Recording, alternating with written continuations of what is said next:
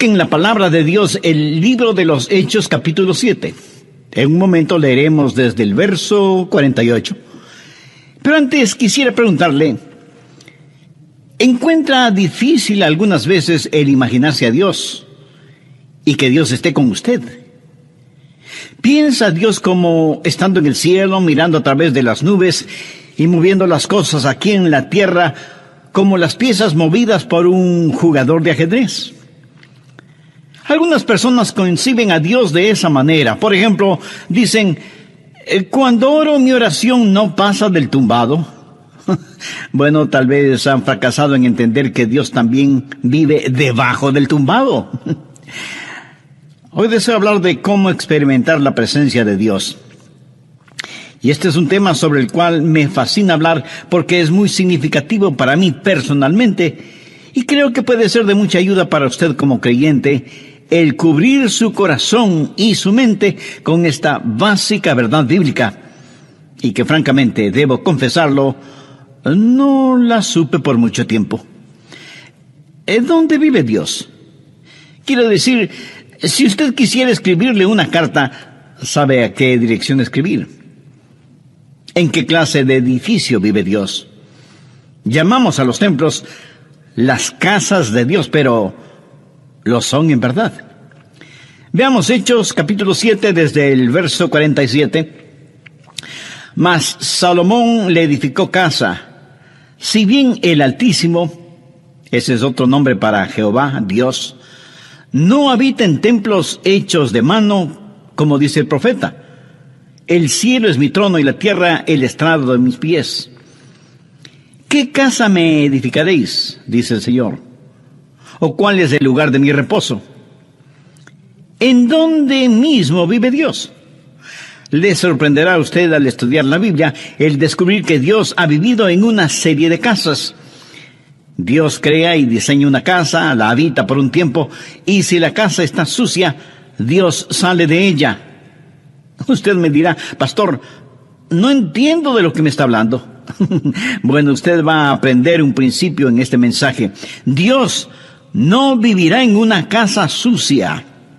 Otros podrán hacerlo, pero el único Dios verdadero, no. Dios ha vivido en una variedad de casas. La primera casa de Dios fue un hombre, y su nombre fue Adán.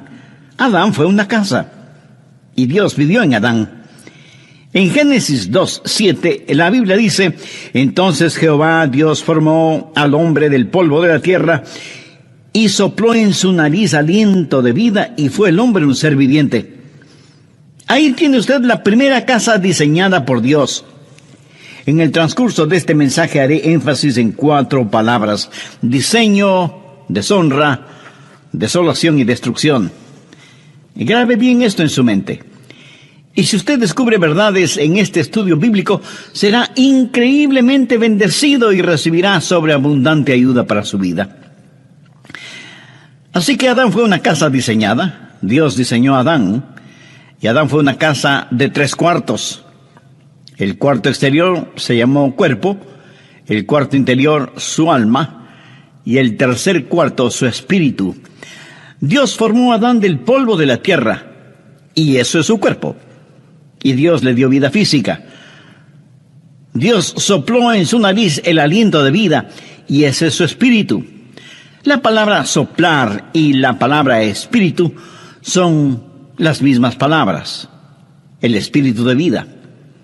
Adán vino a ser una criatura espiritual. La Biblia dice, y fue el hombre un ser viviente. Ahí están las 3 partes en la naturaleza de Adán y las 3 partes de su naturaleza. Todos los seres humanos somos cuerpo, alma y espíritu. Esa es la razón por la que Pablo dice en 1 Tesalonicenses 5, 23 y 24, y el mismo Dios de paz os santifique por completo, y todo vuestro ser, espíritu, alma y cuerpo, sea guardado irreprensible para la venida de nuestro Señor Jesucristo. Fiel es el que os llama, el cual también lo hará. Pablo les está diciendo que oraba a Dios para que el cuerpo, alma y espíritu de ellos fuera guardado sin mancha. Dios hizo de Adán una casa, no una casa para Adán. Adán era la casa para que viva Dios. Déjeme le explico esto. El cuerpo de Adán fue lo que podríamos llamar el hombre exterior. La Biblia llama a nuestros cuerpos casas. Y con este hombre exterior, con su cuerpo, Adán conoció la vida física y el mundo físico. Podríamos decir, el mundo debajo de él. Pero también tenía un hombre interior que es el alma. La palabra griega para alma es psique. Es la palabra de donde tenemos psicología y psiquiatría y psiquis. El alma es la mente, las emociones, la voluntad. Es lo que hace de usted. Usted es su personalidad, su sentido del humor. Determinan lo que le gusta o disgusta. Son todas las idiosincrasias y proclividades que hacen de usted la persona maravillosa y única que es. Eso es su alma. Y está dentro de usted. Usted puede ver mi cuerpo, pero no puede ver mi alma. Pero usted puede sentir mi alma cuando hablo, porque usted puede escuchar mi mente, mis emociones y mi voluntad. Y esa es una expresión que mi cuerpo está haciendo de lo que está en mi interior. Así que con su cuerpo físico tiene vida y conoce el mundo debajo de usted. Con su alma tiene vida psicológica, conoce el mundo alrededor suyo y el mundo dentro de usted. ¿Pero qué de su espíritu? Yo solía pensar que alma y espíritu eran básicamente la misma cosa, pero es que no había leído la Biblia cuidadosamente. Porque en Hebreos 4:12 dice, porque la palabra de Dios es viva y eficaz, y más cortante que toda espada de dos filos, y penetra hasta partir el alma y el espíritu. Ahora, recuerde lo que dice 1 Tesalonicenses 5:23. Y todo vuestro ser, espíritu, alma y cuerpo, sea guardado irreprensible. ¿Lo ve? Su espíritu es diferente de su alma. Ambos son invisibles y son inseparables, pero no son idénticos. Con mi cuerpo tengo vida física y conozco el mundo físico, el mundo debajo de mí. Con mi alma tengo vida psicológica y conozco el mundo social, el mundo que me rodea. Pero con mi espíritu tengo vida espiritual y conozco el mundo que está por encima de mí. ¿Se da cuenta? Fuimos creados para relacionarnos con tres mundos, el mundo físico, el social y el espiritual. Conozco el mundo que está debajo de mí, el mundo que está alrededor mío, y con mi espíritu conozco el mundo que está encima de mí. En Juan 4:24 leemos, Dios es espíritu, y los que le adoran en espíritu y en verdad es necesario que le adoren en espíritu y en verdad. Y en Romanos 8:16 Pablo dice, el espíritu mismo da testimonio a nuestro espíritu de que somos hijos de Dios. En el libro de Génesis, cuando habla de criaturas vivientes, literalmente dice almas vivientes. Si usted tiene un perro, ese perro tiene una mente, una emoción y una voluntad, pero no tiene espíritu. Un perro no puede orar, un perro no puede adorar, un perro no conoce a Dios. Puede mover su cola y hacer piruetas, pero no conoce a Dios. Y las flores, hermosas como son, tienen un cuerpo, pero no tienen alma. Los animales tienen cuerpo y alma, pero no tienen espíritu. Solo el hombre, hecho a la imagen de Dios, tiene espíritu. Adán fue una casa de 3 habitaciones, y a Dios le gusta eso. El cuarto exterior fue su cuerpo, el cuarto interno fue su alma, pero en el cuarto más privado es en donde Dios habita.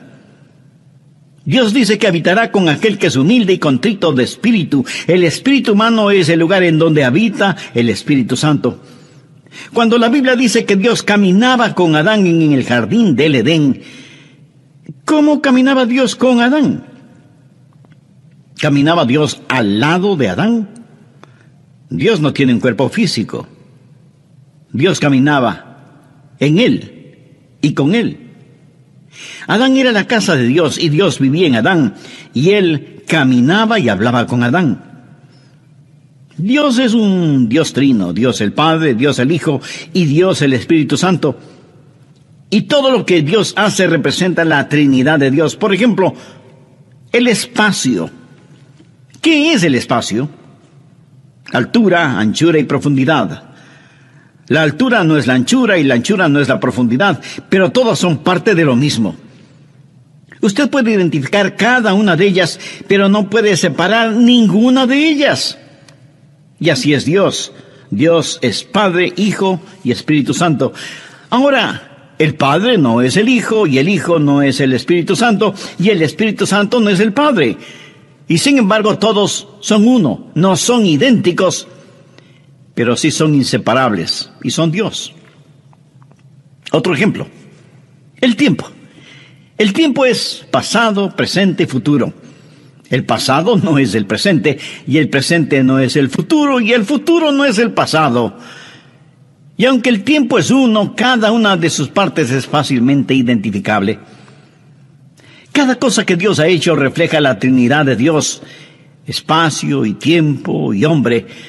Usted fue creado para hacer una casa en la cual Dios viva. Adán fue la primera casa de Dios, la casa primordial, la casa diseñada por Dios mismo. Pero esa casa diseñada se volvió una casa deshonrada. Dios le dio a Adán una advertencia, no una amenaza, sino una advertencia. Dios le dijo a Adán: hay un árbol en el jardín del Edén, el fruto del cual no debes comer, porque el día que llegues a comerlo, de seguro morirás. Y todos sabemos, Adán desobedeció y comió del fruto de ese árbol. Génesis 3:6 nos dice que Eva tomó del fruto y lo comió, y dio también a su marido, y él lo comió. Y por tanto, el pecado entró en esa casa. El pecado manchó y ensució la casa. Y la casa que fue diseñada por Dios se volvió en una casa deshonrada por el hombre. Dios les advirtió que no lo hicieran, pero ellos lo hicieron de todas maneras. Y el pecado entró y manchó la casa en la cual Dios estaba viviendo. Pero algo más sucedió. La casa diseñada, que fue casa deshonrada, se volvió en una casa desolada. ¿Qué pasó cuando Adán pecó? Dios sencillamente salió de esa casa, porque Dios no puede vivir en una casa sucia. Dios le había advertido a Adán: el día que comas del fruto prohibido, de seguro morirás. ¿Alguna vez se ha preguntado qué es la muerte? La muerte no es la separación del alma y del cuerpo. Si yo tuviera un masivo ataque al corazón ahora mismo, y vinieran los doctores y me examinaran tratando de encontrar mis signos vitales y finalmente diagnostican: está muerto, estarían diciendo una mentira, porque yo no puedo morir. Porque Jesús dijo: el que cree en mí, aunque esté muerto, vivirá. Y yo creo en Jesús. Yo no puedo morir. Usted está escuchando a un hombre que jamás morirá. Todo lo que haré será simplemente cambiarme de casa. Mi verdadero yo se irá al cielo. Pablo lo dijo claramente: ausentes del cuerpo y presentes en el Señor. La muerte no es la separación del alma y del cuerpo. La muerte es la separación de nuestro espíritu de Dios. ¿Lo comprende? Eso es la muerte. Dios le dijo a Adán que el día que comiera del fruto prohibido moriría. Bueno, si usted lee cuidadosamente su Biblia, sabrá que Adán vivió más de 900 años. Sin embargo, Dios le dijo: ese día morirás. Es obvio que Adán no murió físicamente. Adán murió espiritualmente. Y cuando él murió físicamente, 900 años más tarde, su muerte espiritual lo alcanzó y murió físicamente. Déjeme decirle cómo murió Adán, y quiero que lo recuerde porque es muy importante. Adán murió inmediatamente en su espíritu, progresivamente en su alma y finalmente en su cuerpo. Lo que literalmente Dios le dijo a Adán fue: muriendo, morirás. Esto habla de un proceso. Adán murió inmediatamente en su espíritu progresivamente en su alma y finalmente en su cuerpo. Tenemos un ramo de flores recién cortadas y decimos, no son hermosas, son naturales. Mi amigo, no son naturales, son flores muertas. Desde el instante en que las cortó, dejaron de ser naturales, porque han sido separadas de su fuente de vida. En la Navidad usted dice, vamos a tener un árbol natural. Y va y compra un árbol que ha sido cortado. Perdóneme, pero ese árbol no es un árbol natural. Puede parecer natural, pero en realidad está muerto. ¿Y cuándo murió? El momento que fue cortado de su fuente de vida, de su savia, de sus raíces. Y usted puede traer ese árbol a su casa y decorarlo y ponerle luces, y lucirá muy bonito. Exactamente como las personas muertas que se adornan exteriormente para ir a la iglesia los domingos. Lucen vivas, pero están muertas. ¿Y por qué están muertas? Porque están cortadas, separadas de la fuente de la vida. Unos días más tarde, el árbol comienza a secarse y a evidenciar que está totalmente muerto. Una casa diseñada, una casa deshonrada, una casa desolada. ¿Por qué? Sencillamente porque Dios salió de esa casa. ¿Qué significa el estar perdido? Usted no tiene que ser un ladrón o un asesino, adúltero o blasfemo para estar perdido. Todo lo que tiene que hacer es no tener a Dios en su vida. En Juan 1:4 leemos, en Él estaba la vida, y la vida era la luz de los hombres. Así que cuando el Señor salió de su casa, la vida salió con Él, y cuando la vida salió, la luz se disipó. ¿Dónde habitaba Dios en Adán? Dios habitaba en el espíritu de Adán. Ahora, cuando Dios salió del espíritu de Adán, ¿qué sucedió? ¿Quién era el siguiente en la línea de mando? El alma. ¿Y qué es el alma? La mente, las emociones y la voluntad. Adán dejó de ser un hombre espiritual y ahora lo que le motiva no es el Espíritu de Dios. Ya no es guiado por el Espíritu de Dios, está guiado por su mente, sus emociones y su voluntad. Y déjeme decirle que la mayoría de los seres humanos opera bajo ese principio: mente, emociones y voluntad. Sus mentes dicen, creo que debo hacer esto. Sus emociones dicen, siento como que quiero hacer esto. Y su voluntad dice, haré esto. Esa es la manera en que se opera. No son guiados por el Espíritu de Dios. Romanos 8:14 dice, porque todos los que son guiados por el Espíritu de Dios, estos son hijos de Dios. Amiga, amigo, ¿está usted actualmente experimentando la presencia de Dios en su vida? ¿No? ¿Y por qué no? ¿No le gustaría ser la casa en la cual Dios vive? Entonces debe hacer una decisión espiritual ahora mismo. Y la puede hacer mediante una sencilla oración. Querido Dios, deseo tener el privilegio de ser tu casa. Sé que no estoy limpio como para pedirte esto, porque mis pecados me han ensuciado y me han manchado. Perdóname y ayúdame. Señor Jesús, tú derramaste tu preciosa sangre en el Calvario para salvarme y limpiarme. Y este momento te recibo con toda fe, como mi Salvador y mi Señor. Haz de mi vida tu casa. Límpiala con tu presencia y santifícala con tu Espíritu Santo. Lo pido en tu precioso nombre. Amén.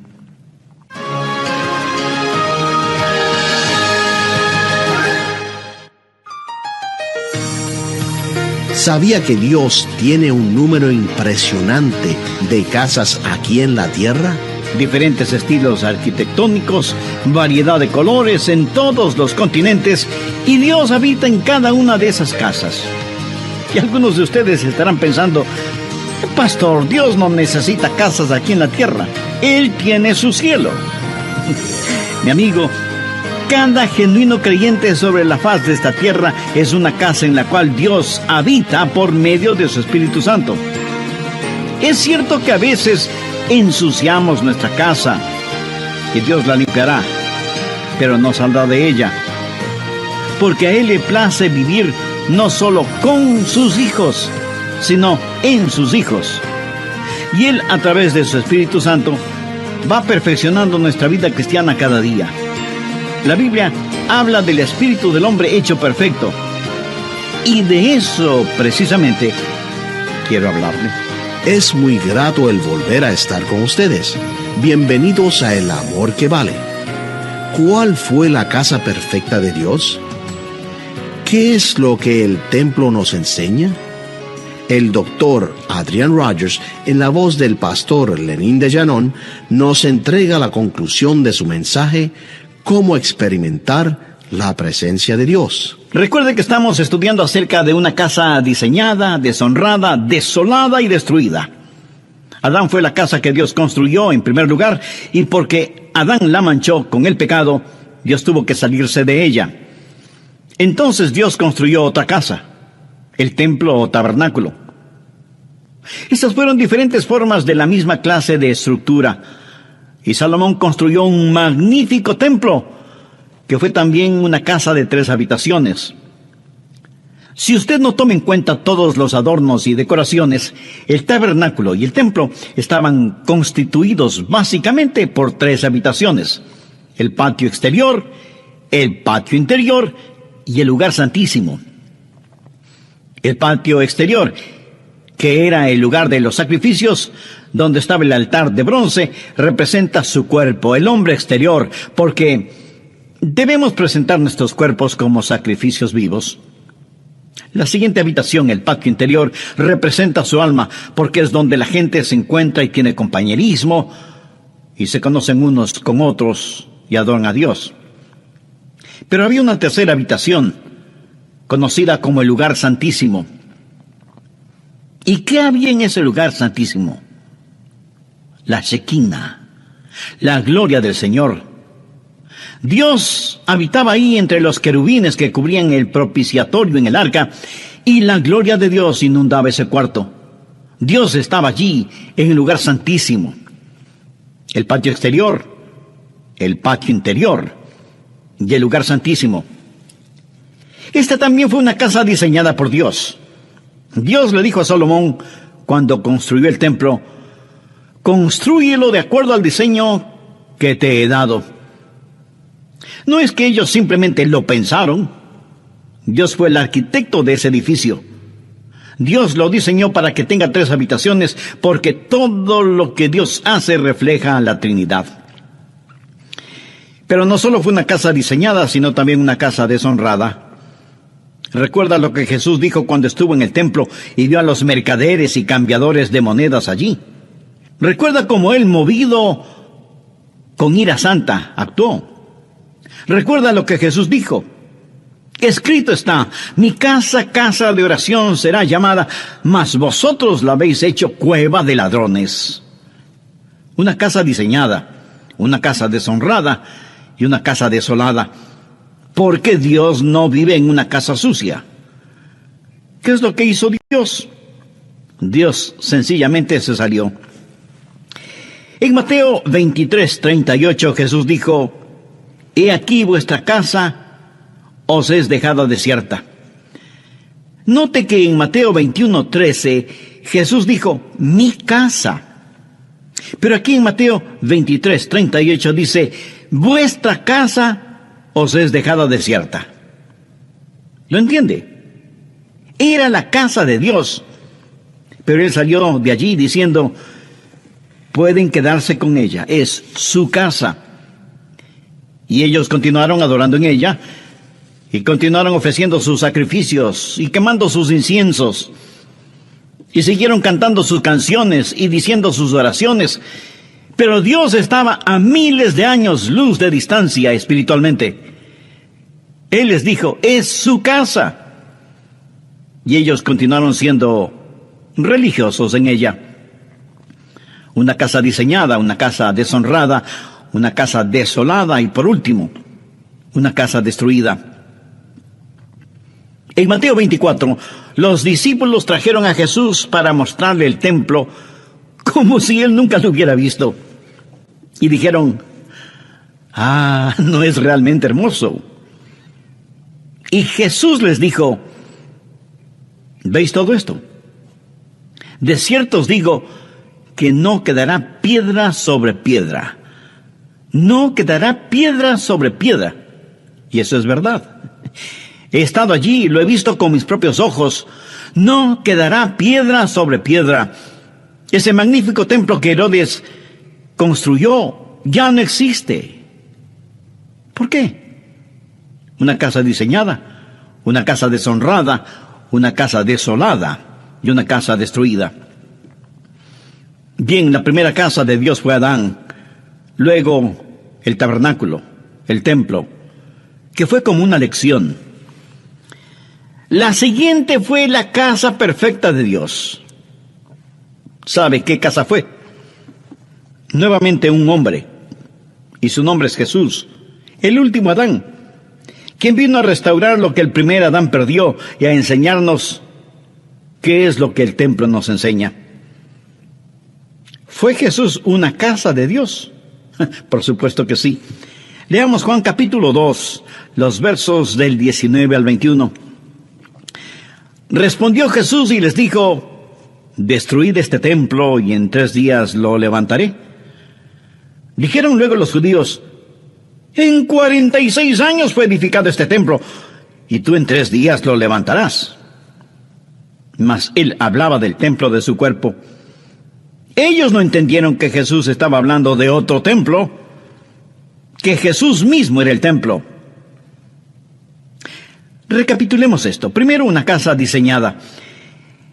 El cuerpo de Jesús fue obra del Dios Todopoderoso. En Hechos 10:5 leemos: me preparaste cuerpo. El cuerpo de Jesús fue el perfecto diseño de Dios el Padre.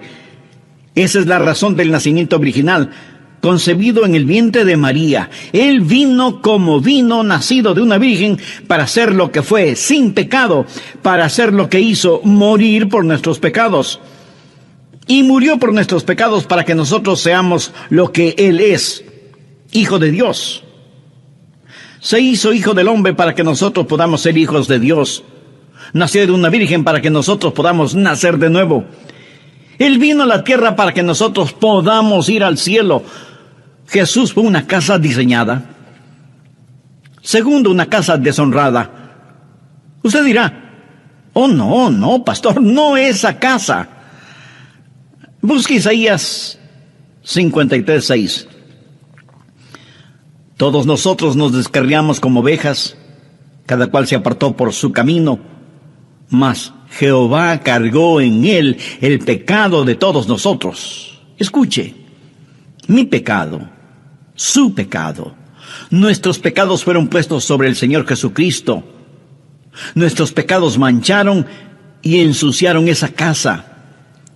Busque 1 de Pedro 2:24, quien llevó él mismo nuestros pecados en su cuerpo. Nuestros pecados con toda su vileza fueron puestos sobre el Señor Jesucristo. Y esa es una buena razón para que usted ame al Señor Jesús. No hay nada que me conmueva más que Getsemaní. Y cuando pienso en Getsemaní, mis ojos se llenan de lágrimas al recordar la oración de Jesús. Padre mío, si es posible, pase de mí esta copa. Ahora, ¿qué había en esa copa? Todos los pecados de todos los tiempos, de toda la humanidad. Ahora, no piense en todas las naciones del mundo, piense en su propio país, en su propia ciudad, en su pueblito o en su aldea. Y piense solo en el pecado de la mentira en un solo día. Piense en las blasfemias que se dicen en un solo día y las perversiones sexuales que ocurren en un solo día. Multiplique eso por todas las naciones, pueblos y aldeas que hay en todo el mundo durante todas las épocas. Destílelo hasta lo sumo. Póngalo en una copa y désela a beber al Hijo de Dios. Él se volvió pecado por nosotros. Y cuando Él se volvió pecado, Dios el Padre tuvo que tratarlo como trataría a cualquier pecador bajo juicio. El apóstol Pablo dice en Romanos 8:32, el que no escatimó ni a su propio Hijo, sino que lo entregó por todos nosotros. Jesús no solo llevó nuestros pecados, pero Él, el Hijo de Dios, fue el objeto del aborrecimiento del Padre. Tercero, una casa desolada. Cuando Jesús estuvo clavado en la cruz y cuando los negros dedos de la oscuridad cubrieron el monte Calvario, cuando la tierra tembló y se estremeció, y Jesús soportó todo el peso de nuestros pecados, y Él clamó, Dios mío, ¿por qué me has desamparado? Le diré por qué el Padre le desamparó. Dios no puede vivir en una casa sucia. Él abandonó esa casa que quedó desolada. Y Jesús murió solo. Amigo, comprende el impacto de esto. Jesús no contó con el consuelo de su Padre. Jesús murió solo. Cuando David caminó por el valle de sombra de muerte, él pudo decir, no temeré mal alguno porque tú estarás conmigo. Jesús no pudo decir ni siquiera eso. Estuvo olvidado de Dios y de los hombres, suspendido entre el cielo y la tierra, una casa diseñada, una casa deshonrada, una casa desolada. Cuarto, una casa destruida. Jesús supo lo que le iba a pasar. Esa es la razón por la que dijo en Juan 2:19, destruid este templo, y en 3 días lo levantaré. Sabía que iba a ser destruido, porque sabía cómo Dios su Padre trabaja.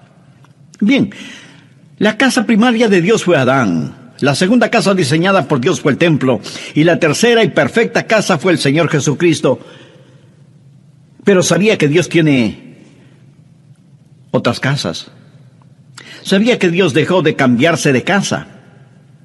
Déjeme decirle cuál es la casa permanente de Dios. Si usted es un genuino hijo de Dios, mírese a usted mismo. Mire a los otros hijos e hijas de Dios. ¿Qué es lo que dice 1 Corintios 3:16? ¿No sabéis que sois templo de Dios y que el Espíritu de Dios mora en vosotros? Y más adelante en 1 Corintios 6:19 y 20 leemos, ¿o ignoráis que vuestro cuerpo es templo del Espíritu Santo, el cual está en vosotros, el cual tenéis de Dios, y que no sois vuestros, porque habéis sido comprados por precio? Glorificad pues a Dios en vuestro cuerpo y en vuestro espíritu, los cuales son de Dios. Dios vino a vivir en nosotros, y ya no se cambiará de casa. En relación con este cuerpo, este templo, Jesús dijo, y yo rogaré al Padre y os dará otro Consolador, para que esté con vosotros para siempre. Dios ha dejado de cambiarse de casa. Tal vez usted me diga, pastor, no entiendo eso. Usted dice que Dios no vive en una casa sucia, y yo sé que no estoy sin pecado, sé que he fallado y he hecho cosas malas. ¿Dios no se saldrá de mi casa? Amigo, esa es una interesante y maravillosa pregunta. Le diré por qué Dios no saldrá de su casa.